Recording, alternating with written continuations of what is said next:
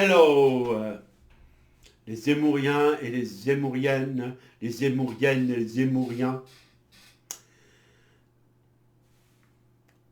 On n'est pas rien, on est Zemmour, on est Zamour. Alors, monsieur Émeric Caron, journaliste de l'École nationale supérieure du journalisme. En France, on adore le terme de supérieur. Euh, je vais vous donner trois, quatre petits exemples que démontrant que les cultures ne se valent pas. 1487, inauguration de la grande pyramide aztèque de Mexico.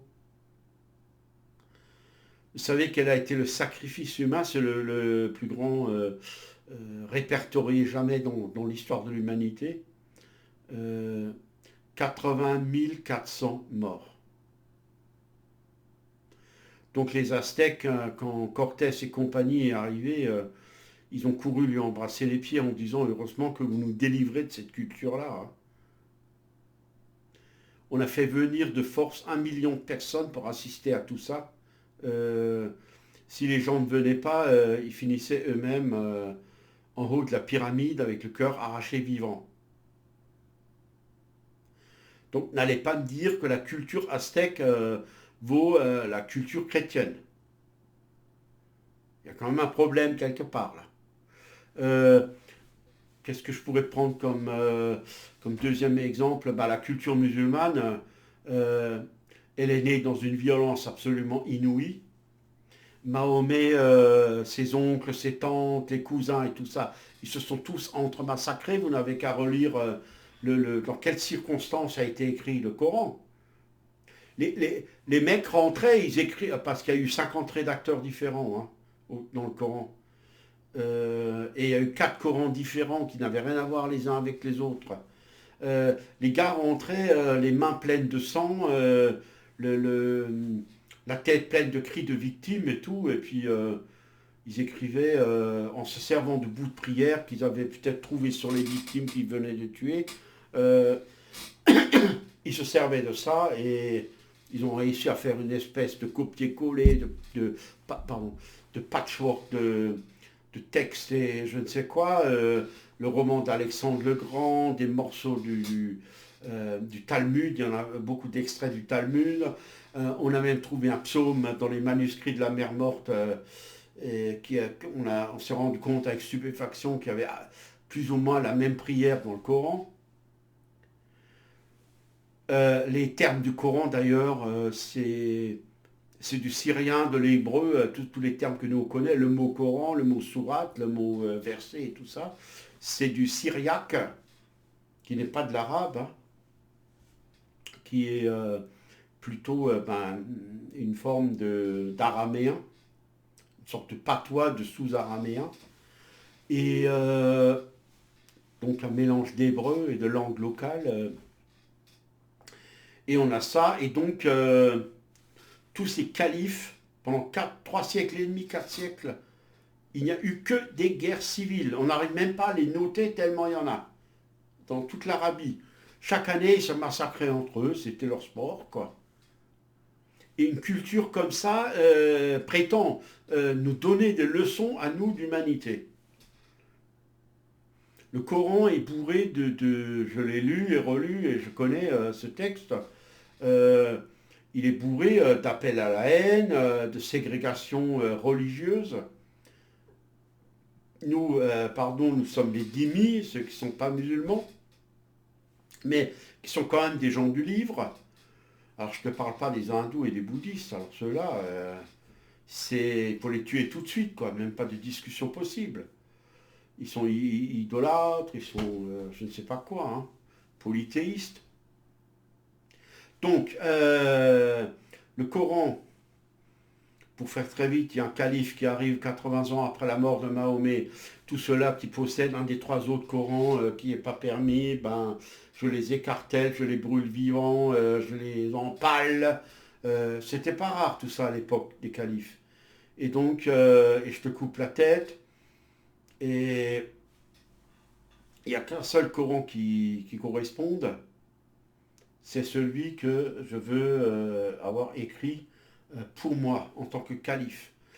Ça justifie ma violence, ma prédation sexuelle, ça justifie comment dire ça, mon pouvoir sur les gens qui ne pensent pas comme moi.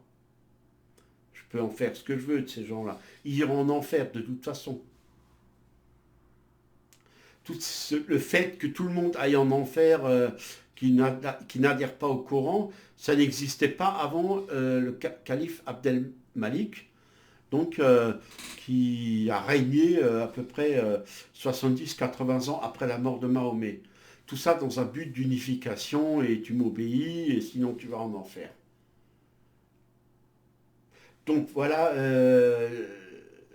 un récit comme ça euh, qui dit dans un verset, je rappelle que le terme verset n'est pas un terme arabe, dans ce qui dit dans un verset de sourate, sourate n'est pas non plus un terme arabe, euh, que le chrétien, en cas de bataille, si vous êtes vainqueur, vous les musulmans, euh, vous lui coupez la jambe gauche et le bras droit. C'est ce qu'on a fait dans les années 1915 aux Arméniens, à certains Arméniens en Turquie. Alors, très rapide topo. Dans aucun pays musulman, une religion qui n'est pas musulmane n'a le droit d'être en quelque sorte professée ouvertement. La personne est directement arrêtée et jetée en prison ad vitam aeternam. Erdogan l'a fait, ils l'ont tous fait, hein, en Syrie et ainsi de suite. En Algérie, vous êtes arrêté tout de suite. Essayez d'aller sur une place en Algérie et de prêcher l'évangile, vous allez voir ce qui vous arrive. Ou en Syrie, ou en Libye, ou je ne sais où, ou au Pakistan. Donc ces gens-là trouvent des imbéciles en France qui disent ah oui, vous êtes islamophobes. Mais eux, là, dans leur pays-là, ils sont humanophobes, puisque ben, déjà les femmes, devant un tribunal, ben, il faut deux témoins, parce que la parole d'une femme n'est pas valable. Une femme, elle ment, la parole, elle est faible. Donc il faut au moins deux femmes pour contrer le témoignage d'un homme. Déjà ça. Une femme n'a pas le droit comment dire, dans tous les pays musulmans, ça fonctionne comme ça, c'est le droit coranique, une femme n'a pas le droit au même héritage qu'un homme. Si ma mémoire est bonne, c'est un quart pour l'homme et pour la femme et trois quarts pour l'homme.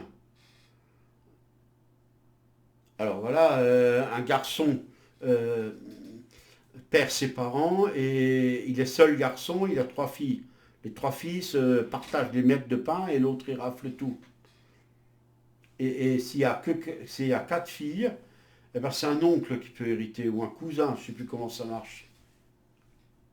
Une femme n'a pas le droit de demander le divorce, il n'y a que l'homme. J'ai une amie qui m'a montré, qui s'est mariée en Algérie, elle m'a montré le livret de famille. Il y a marqué, il y a marqué l'homme, première épouse, deuxième épouse, troisième épouse, quatrième épouse, et à chaque fois il y a marqué divorcez-le, répudiez-le pour les femmes. Ça, M. Caron, je suppose qu'il l'ignore. Dernier exemple, il y en aurait tant. Bah, en tout cas, quand vous êtes né dans un pays à majorité musulmane et que vous avez le malheur d'être bouddhiste ou chrétien ou hindouiste, il est hors de question pour vous d'avoir une place dans la société. C'est de la ségrégation pour 300 millions de personnes dans le monde. Le roi du Maroc possède 67% des biens du pays. À chaque fois qu'un Marocain il se plaint de la France, je lui dis, mais pour ton roi là, tu trouves que c'est normal qu'il ait 67% des biens du pays? C'est des gens qui sont très prompts à nous critiquer parce que nous ne faisons pas l'effort de leur dire ce qui ne va pas chez eux. Et il y a plein de choses qui ne vont pas chez eux. Et ça, eux, ils trouvent ça normal. Dernier exemple, j'ai écrit un livre sur Georges de la Tour il y a quelques années, et un monsieur chrétien, un certain monsieur chrétien, vient me voir, il voulait faire un film avec ce propos de ce livre, un docu-fiction comme ça sur Georges de la Tour. Et il est venu me voir et puis il m'a raconté que il avait été correspondant, je ne sais pas pourquoi, mais comme non, instituteur, objecteur de conscience, à l'époque ça se pratiquait encore, il allait faire son service civil à Mogadiscio. Il a dit, j'ai passé plusieurs fois devant l'hôpital et le vendredi, je me suis dit, bah tiens, il y a un tas de gens comme ça dehors, on dirait qu'ils sont en train de mourir. Il y avait des gens qui gémissaient, qui se plaignaient. Alors un jour, il a arrêté la voiture et il a demandé à son chauffeur, mais je dis, mais qu'est-ce qu'ils font là, ces gens-là? Ah ben le chauffeur, il dit, c'est vendredi, les médecins ne travaillent pas. Les mêmes personnes, vous les foutez devant un hôpital parisien, ça fait un scandale mondial.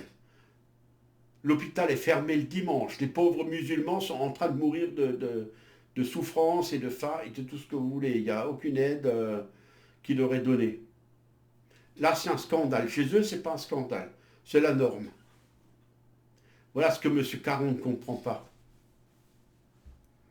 Moi, je ne veux pas de ce type de civilisation ici, où les gens sont, où ça fonctionne à deux vitesses. Et c'est des gens qui se sont servis en venant en France. Ils n'ont aucun respect de notre pays. Ils se servent de notre, ils nous culpabilisent du soir au matin pour arriver à leur fin. Et ils le disent dans les cités. On me l'a dit et répété depuis des années.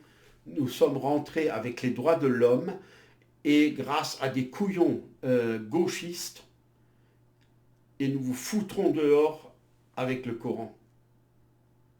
Voilà quel est le projet des islamistes.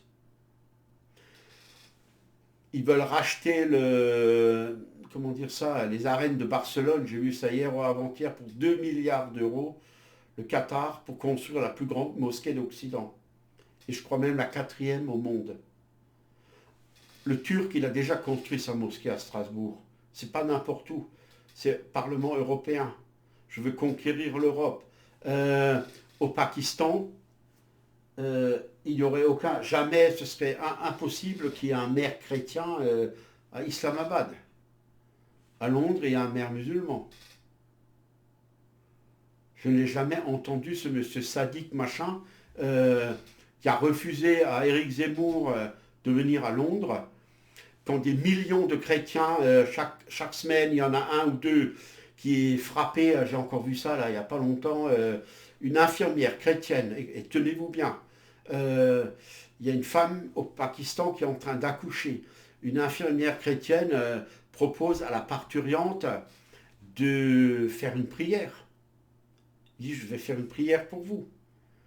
Les membres du personnel hospitalier l'ont entendu et ont commencé à frapper la femme à mort en disant, espèce de sale chienne, garde ta prière chrétienne pour toi. Où était monsieur sadique machin Est-ce qu'il était en train de protester? Non, pas du tout. Voilà cette hypocrisie-là que les Européens ne supportent plus.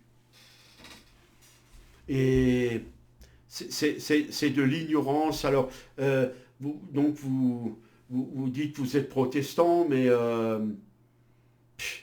quand vous regardez qui était Luther, ben, je suis désolé, vous ne pouvez plus être protestant. C'est ce type-là, il a été antisémite, il a incité dans des écrits à tuer tous les juifs d'Allemagne, il a incité dans des lettres, tout ça s'est conservé, donc à tuer les handicapés, à les jeter dans une rivière parce qu'ils n'avaient pas l'Esprit Saint en eux, d'après lui. Il a reconnu avoir falsifié la Bible, puisque la Bible protestante a 66 livres et la Bible catholique 73. Il a mis en place vraiment de la ségrégation, ce qui explique que tous les pays protestants sont ségrégationnistes voilà, comme je viens de le dire, en Amérique, d'abord il y avait la ségrégation vis-à-vis des Noirs, maintenant c'est vis-à-vis des Blancs, peu importe la couleur. Il faut toujours qu'il y ait une ségrégation chez ces gens-là. Et